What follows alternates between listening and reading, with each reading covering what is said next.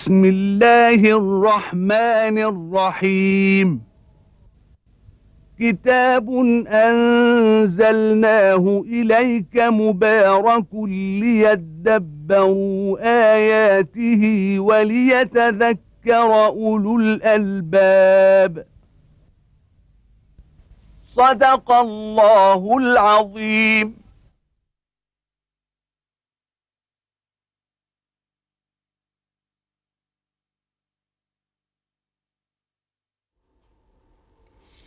الحمد لله رب العالمين، والصلاة والسلام على المبعوث رحمة للعالمين سيدنا ونبينا محمد وعلى آله وأصحابه ومن اهتدى بهديه وعمل بسنته يوم الدين. وبعد، فيقول الله تبارك وتعالى: هل أتاك حديث ضيف إبراهيم المكرمين إذ دخلوا عليه فقالوا سلاما قال سلام قوم منكرون فراغ إلى أهله فجاء بعجل سمين فقربه إليهم قال ألا تأكلون فأوجس منهم خيفة قالوا لا تخف وبشروه بغلام عليم فأقبلت امرأته في صرة فصكت وجهها وقالت عجوز عقيم قالوا كذلك قال ربك إنه هو الحكيم العليم. قال فما خطبكم أيها المرسلون قالوا إنا أرسلنا إلى قوم مجرمين لنرسل عليهم حجارة من طين مسومة عند ربك للمسرفين فأخرجنا من كان فيها من المؤمنين فما وجدنا فيها غير بيت من المسلمين وتركنا فيها آية للذين يخافون العذاب الأليم. يخبر سبحانه وتعالى عن خبر ضيف إبراهيم، وهم الملائكة الثلاثة الذين أرسلهم الله تبارك وتعالى إلى إبراهيم وهو في حبرون في الخليل في فلسطين ليحملوا له البشرى بأن الله سيرزقه ولد من زوجته سارة وهو إسحاق عليه السلام. وكان هذا وإبراهيم في سن متقدمة، جاء في التوراة أنه قد بلغ 100 من عمره، وزوجته كانت في 80 من عمرها سارة عليه السلام. وأنهم كان هذا وهم في طريقهم لإهلاك قرى لوط مروا بإبراهيم عليه السلام.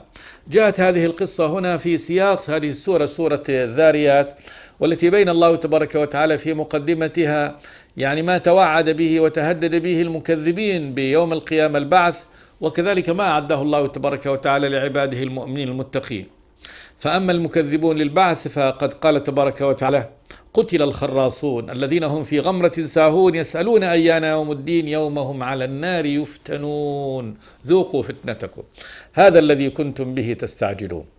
وأما المتقون فقال جل وعلا: إن المتقين في جنات وعيون آخذين ما آتاهم ربهم إنهم كانوا قبل ذلك محسنين كانوا قليلا من الليل ما يهجعون وبالأسحار هم يستغفرون وفي أموالهم حق للسائل والمحروم. ثم بعد أن ذكر الله تبارك وتعالى مجموعة آيات هنا في الأرض وفي النفس، وأقسم سبحانه وتعالى على أن هذا حق، هذا سيكون لابد، قال فورب السماء والأرض إنه لحق مثل ما أنكم تنطقون. ثم ذكر الله تبارك وتعالى مثل لعباده سبحانه وتعالى للناس: انظروا معاملة الله تبارك وتعالى لأهل الإيمان ومعاملته سبحانه وتعالى لأهل الكفران. فذكر الله تبارك وتعالى أن هذه القصة عن إبراهيم عليه السلام، هذا من أهل طاعة الله تبارك وتعالى، نبي الله خليله. انظر عناية الرب سبحانه وتعالى به وبأهله وبالبشرى التي تحمل له في الدنيا وما ينتظره عند الله تبارك وتعالى من يعني الثواب والجزاء. وانظر فعل الله تبارك وتعالى في المجرمين من يعني قوم لوط. انظر الذين جاءوا بالعذاب لقرى لوط هم الذين جاءوا بالبشرى لإبراهيم عليه السلام، ملائكة الله تبارك وتعالى، نفس الملائكة. هل أتاك حديث هذا الضيف إبراهيم المكرمين؟ انظر ماذا يعني جاءوا ليصنعوا معه، ونفس هؤلاء ماذا جاءوا ليصنعوا بقرى لوط. فهؤلاء الضيف المكرمون جاءوا ملائكة، جاءوا إبراهيم عليه السلام في صورة شباب جميل وظن أنهم شباب أغراب نزلوا عليه ضيوفا عليه، وقام نحوهم بما يعني هو المعهود عنده عليه السلام من إكرام الضيف، فذبح لهم عجلا سريعا وقربه إليهم وقال ألا تأكلون، لكنه عندما نظر فإذا بهم لم يجد أيديهم تصل إلى الطعام، قال جل وعلا فلما رأى أيديهم لا تصل إليه إلى العجل وهم يأكلون نكرهم وأوجس منهم خيفة، قالوا لا تخف وبشروه بغلام عليم. قال جل وعلا فأوجس منهم خيفة قالوا لا تخف وبشروه بغلام عليم. هذا الغلام العليم هو إسحاق الذي يولد له من زوجته سارة. وكان هذا أيضا خرق للعادة، الله تبارك وتعالى خرق لهم العادة ورزق إبراهيم عليه السلام وزوجه سارة ولد بعد هذه السن الكبيرة. قال جل وعلا فأقبلت امرأته وهي سارة في صرة صوت فصكت وجهها وقالت عجوز عقيم. قالت لها الملائكة قالوا كذلك قال ربك إنه هو الحكيم العليم الذي يضع الأمور في نصابها. لما اطمأن إبراهيم وزالت عنه يعني الوحشة والخوف الذي كان فيه، كما قال جل وعلا فلما ذهب عن إبراهيم الروع الخوف وجاءته البشرى قال جل وعلا يجادلنا في قوم لوط. الأول قال لهم قال فهنا قال الله عز وجل قال فما خطبكم أيها المرسلون. خطبكم شأنكم، شو لما أتيتم يعني بعد طبعا ما أخبروه بالبشرى وين ما هي وجهتكم. قال فما خطبكم أيها المرسلون، وهم مرسلون من الله تبارك وتعالى. قالوا إنا أرسلنا إلى قوم مجرمين، أخبروه أنهم مرسلون من الله تبارك وتعالى إلى قوم مجرمين لنرسل عليهم حجارة من طين مسومة عند ربك للمسرفين.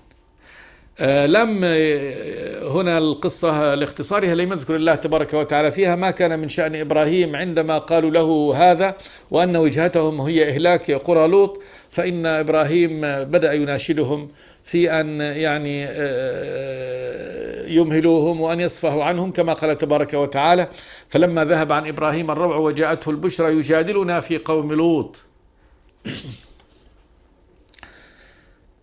إن إبراهيم لحليم أواه منيب. يا إبراهيم أعرض عن هذا إنه قد جاء أمر ربك وإنهم آتيهم عذاب غير مردود.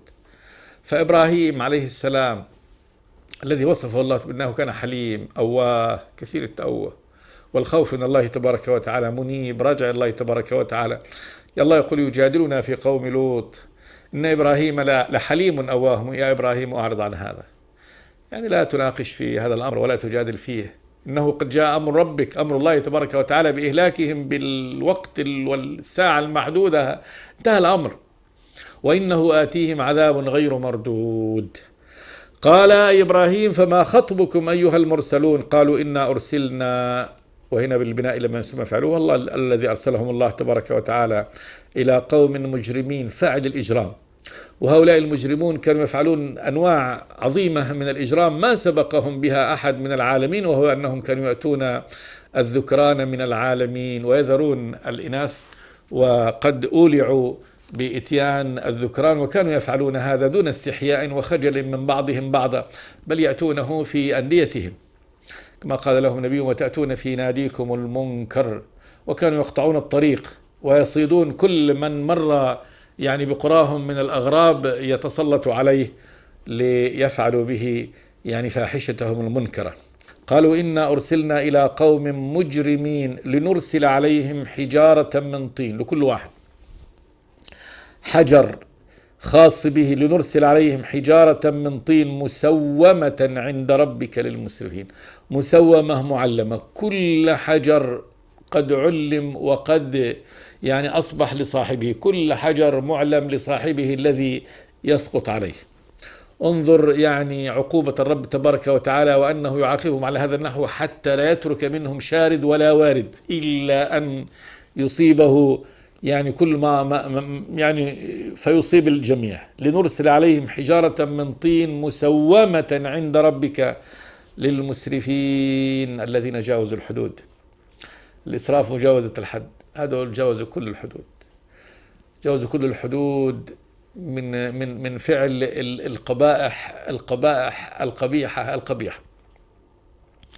قال جل وعلا: فأخرجنا من كان فيها من المؤمنين.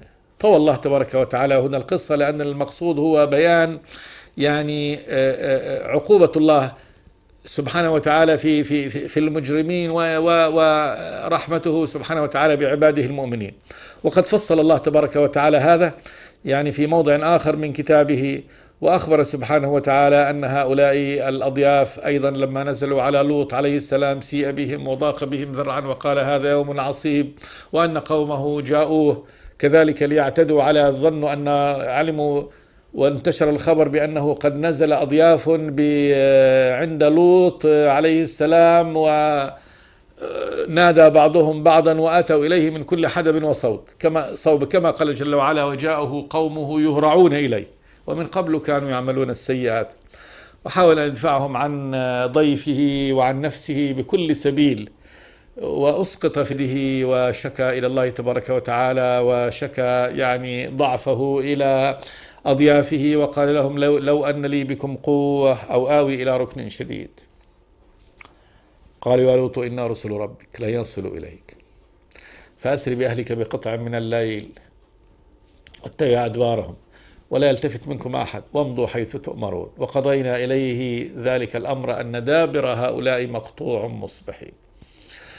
وقد أخبر سبحانه وتعالى أنه طمس على أعينهم عندما جاءوا على هذا النحو، قال: فطمسنا على أعينهم، وأنهم بقوا في عماهم. ثم أمر الله تبارك وتعالى لوطا أن يخرج هو وأهله معهم، وأن يتركوا امرأته، فإنها قد كانت كافرة على دين قومها، وكانت كذلك ممالئة يعني لقومها، فأن يخرجوا ولا يأخذوها معهم ويتركوها. قال جل وعلا: فأخرجنا من كان فيها من المؤمنين. انظر عناية الرب سبحانه وتعالى، لما جاء العذاب ما أنزل الله تبارك وتعالى العذاب على الجميع، على المؤمنين والكفار، ثم بعد ذلك يكون الشأن عند الله تبارك وتعالى، وإنما أنجى الله تبارك وتعالى المؤمنين. وإن كان المؤمنون هؤلاء في هذه القرى الظالمة لم يكونوا إلا بيت واحد، هو بيت لوط عليه السلام. قال جل وعلا: فأخرجنا من كان فيها من هذه القرى كلها من المؤمنين فما وجدنا فيها غير بيت من المسلمين. لا يوجد مؤمن في كل القرى كل هذه القرى، وهذا بعلم الله تبارك وتعالى، إلا بيت واحد، وهو بيت لوط عليه السلام. وقد جاء في القصة مذكورة في التوراة، وأنه لم يكن هناك أيضا في بيت لوط إلا ابنتاه فقط، كانت له ابنتان، وهما اللتان كانتا على دينه فقط، وهؤلاء هم الذين خرجوا. ولذلك قيل له: فأسر بأهلك بقطع من الليل واتبع أدبارهم ولا يلتفت منكم أحد وامضوا حيث تؤمرون. فأمروا أن يخرجوا ليلا من القرى من القرية، وأن يتوجهوا بعيدا عنها ولا يلتفتوا خلفهم حتى لا يروا يعني مصارع هؤلاء الغابرين، أي التفات خلاص، لا تلتفتوا خلفكم وامضوا حيث تؤمرون.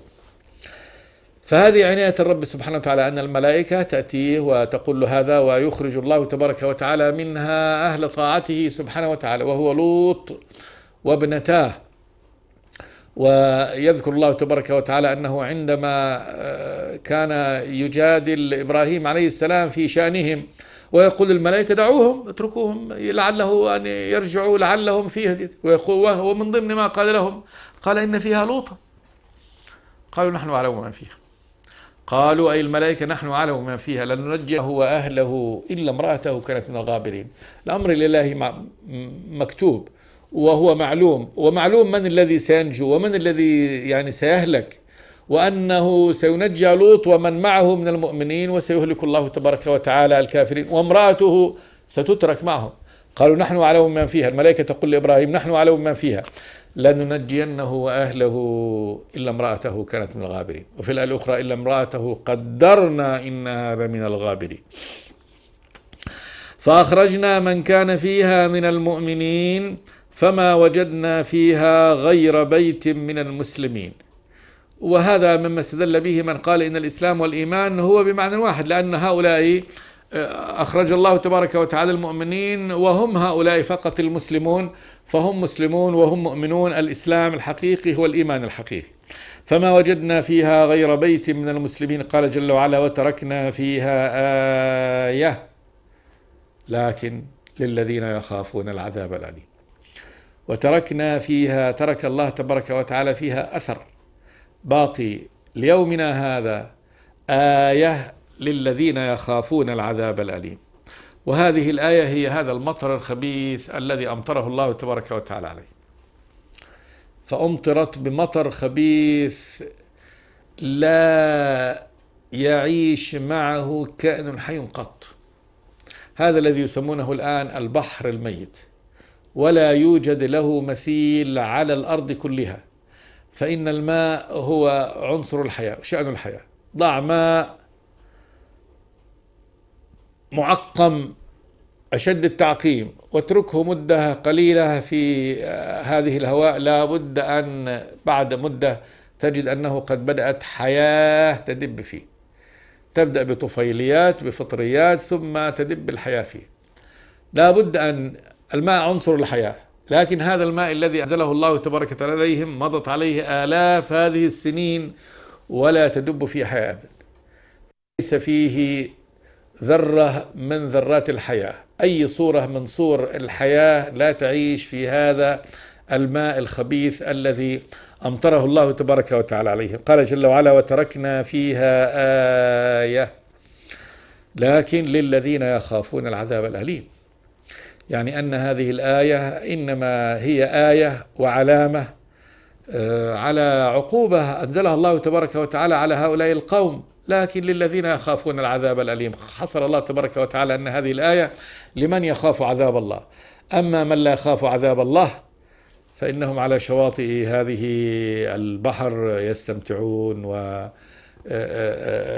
ويلهون ويلعبون ويستحمون بل ويستشفون، والحال أنها مطر عذاب وأنها أماكن عذاب. وأماكن العذاب هذه قد أمرنا يعني ألا نأتيها وندخلها إلا نحن باكين أو متباكين، كما لما مر النبي بالحجر، حجر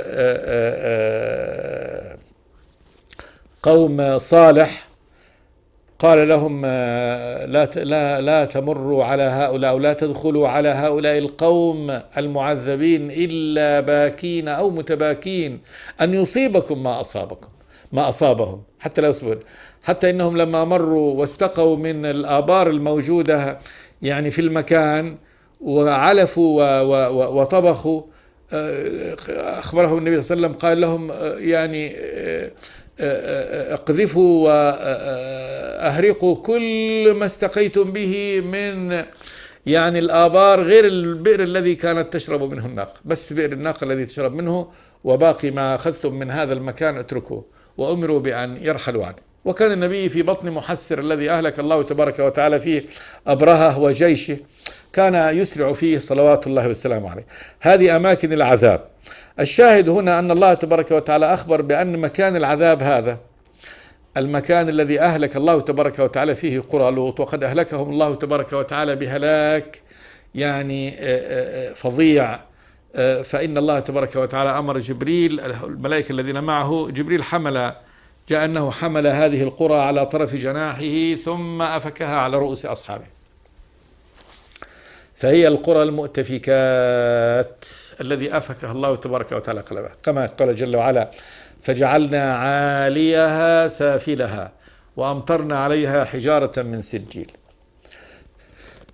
ونسب الله تبارك وتعالى الفعل إلى نفسه، وإن كان المباشر ملائكته سبحانه وتعالى، لأنه بأمر الله تبارك وتعالى، وهؤلاء فعلوا بأمره سبحانه وتعالى. قال جل وعلا: فأخرجنا من كان فيها من المؤمنين لوط وابنتاه فما وجدنا فيها غير بيت من المسلمين هم هؤلاء فقط، وتركنا فيها آية للذين يخافون العذاب الأليم. ثم ذكر الله تبارك وتعالى بعد ذلك من هؤلاء الذين عذبهم الله عز وجل مع يعني تمكنهم وشدتهم وقوتهم في الدنيا، إلا أن الله تبارك وتعالى أصابهم سبحانه وتعالى بالعذاب الذي يريد. قال وفي موسى إذ أرسلناه إلى فرعون بسلطان مبين، آية. كذلك في إرسال الله تبارك وتعالى عبده موسى النبي إذ أرسلناه، الله هو الذي أرسله سبحانه وتعالى إلى فرعون يدعوه إلى الإيمان بالله تبارك وتعالى وإلى تخلية بني إسرائيل. قال جل وعلا بسلطان مبين مع موسى، سلطان، سلطة قوية، دليل قاهر، آية من الله تبارك وتعالى، بينات عظيمة. ذكر الله تبارك وتعالى هذه البينات أنها أولا عصاه التي كان يلقيها فتصبح ثعبان مبين، ويده السمراء، موسى كان أسمر اللون، فإذا أدخلها في جيبه في ثوبه ثم أخرجها تكون بيضاء، يد بيضاء لرجل أبيض مع يده الثانية الأخرى السمراء، آية. ثم إذا أعادها تعود كما كانت. تغيير اللون هذا يستحيل أن يغير الإنسان لون جلده، وهذا في التو واللحظة يكون.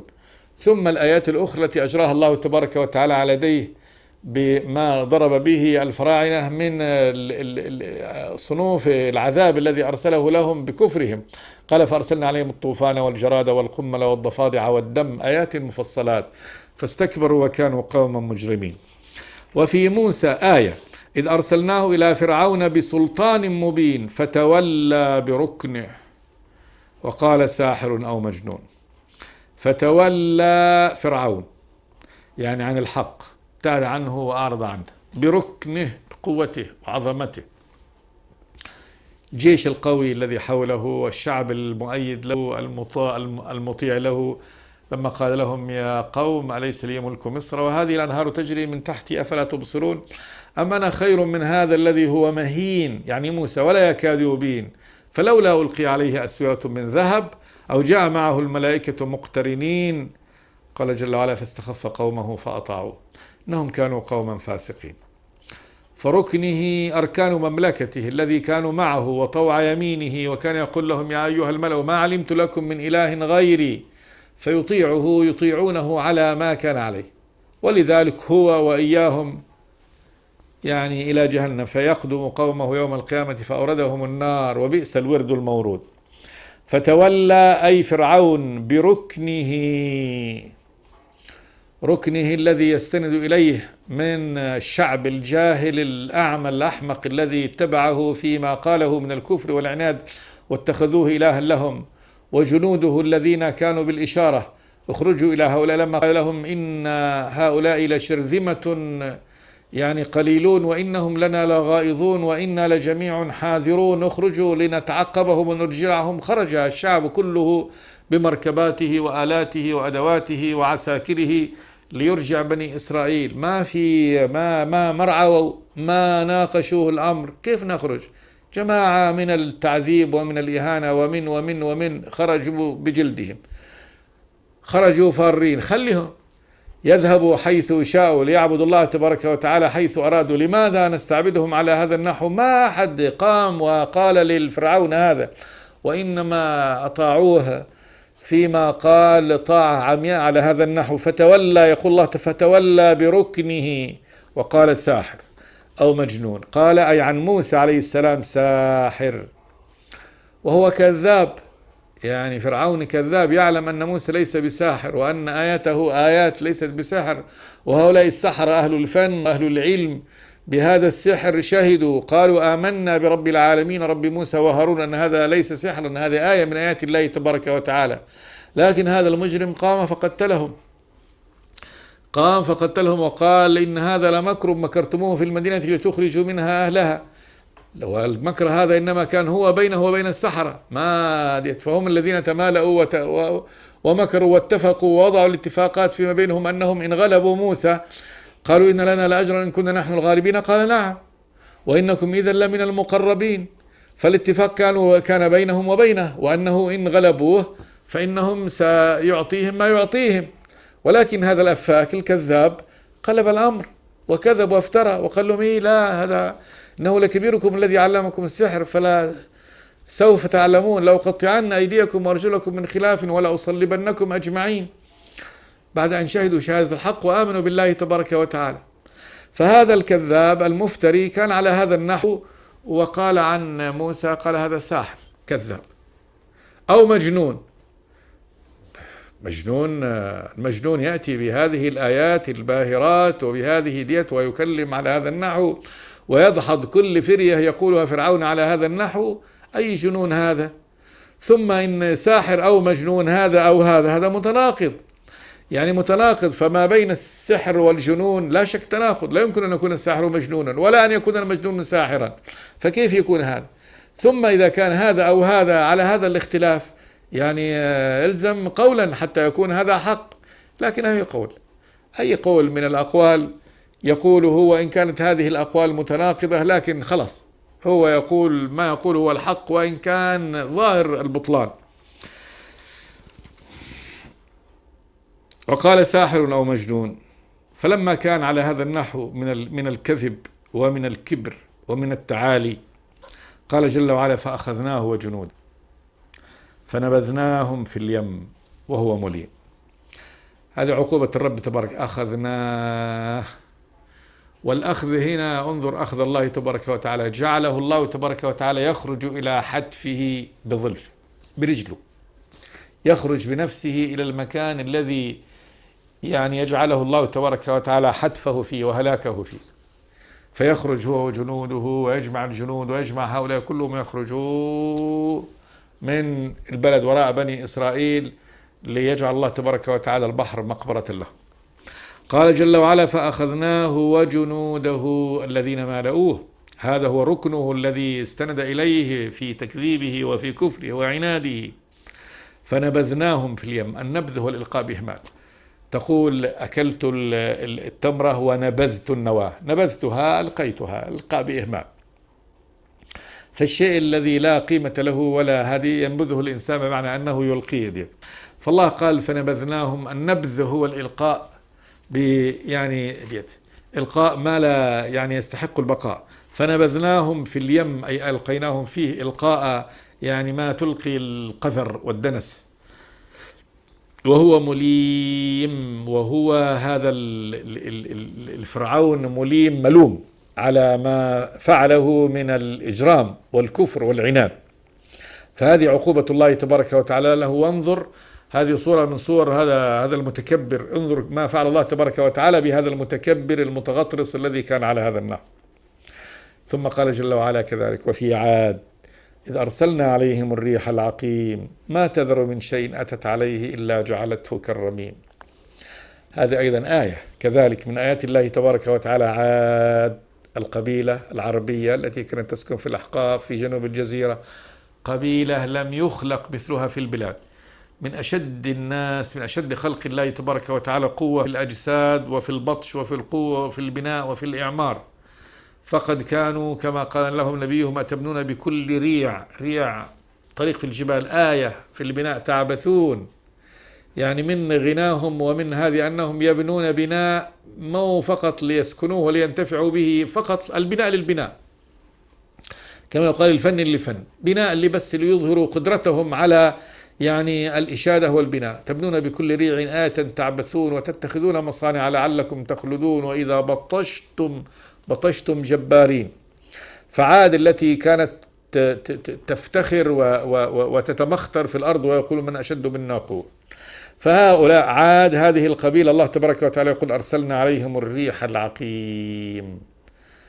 الريح العقيم يعني الذي ليس فيها أي حياة، ما فيها أي حياة ديت، وإنما ريح باردة ظلت تسفي عليهم حتى ذبحتهم. كانت تخرج على الشخص تدخل عليه لو كان في جوف الجبل، تدخل عليه لتقتله. إذ أرسلنا عليهم الريح العقيم. جاء أنها الدبور كما قال صلوات الله والسلام عليه نصرت بالصبا وأهلكت عاد بالدبور. ريح غربية شديدة سفاها الله تبارك وتعالى عليهم حتى أهلكهم. إذ أرسلنا عليهم الريح العقيم قال جل وعلا ما تذر من شيء، تذر تترك من شيء أي شيء أتت عليه إلا جعلته كالرميم. والرميم هو العظم البالي، يعني كاللحم والعظم الذي بلي، فإنها خلاص أهلكتهم وجعلتهم على هذا النحو. كما أول شيء صرعتهم كما قال جل وعلا فترى القوم فيها صرعى مصر الأرض كأنهم أعجاز نخل خاوية، مثل عجز النخل الخاوي الذي يكون خلاص قد تآكل ما بداخل النخلة وبقيت فقط العجز، هذه غلاف النخلة الخارجي دون أن يكون في بطنه شيء. فهذه كذلك جففت يعني لحومهم وفتتت عظامهم حتى جعلتها خلاص، جعلتها كالرميم. فكل شيء من حيواناتهم، من شخوصهم، كلها جعلته كالرميم. وهنا من شيء أتت عليه إلا جعلته كالرميم إلا مساكنهم، كما قال تبارك وتعالى، يعني أنه لم تبقى بعد ذلك إلا مساكنهم، أي شاهدة على هذه الآية من آيات الله تبارك وتعالى. لأن الوقت أدركنا سنعود إلى هذه الآيات مرة ثانية إن شاء الله. أستغفر الله لي ولكم من كل ذنب، والحمد لله رب العالمين. بسم الله الرحمن الرحيم. كتاب أنزلناه إليك مبارك ليدبروا آياته وليتذكر أولو الألباب. صدق الله العظيم.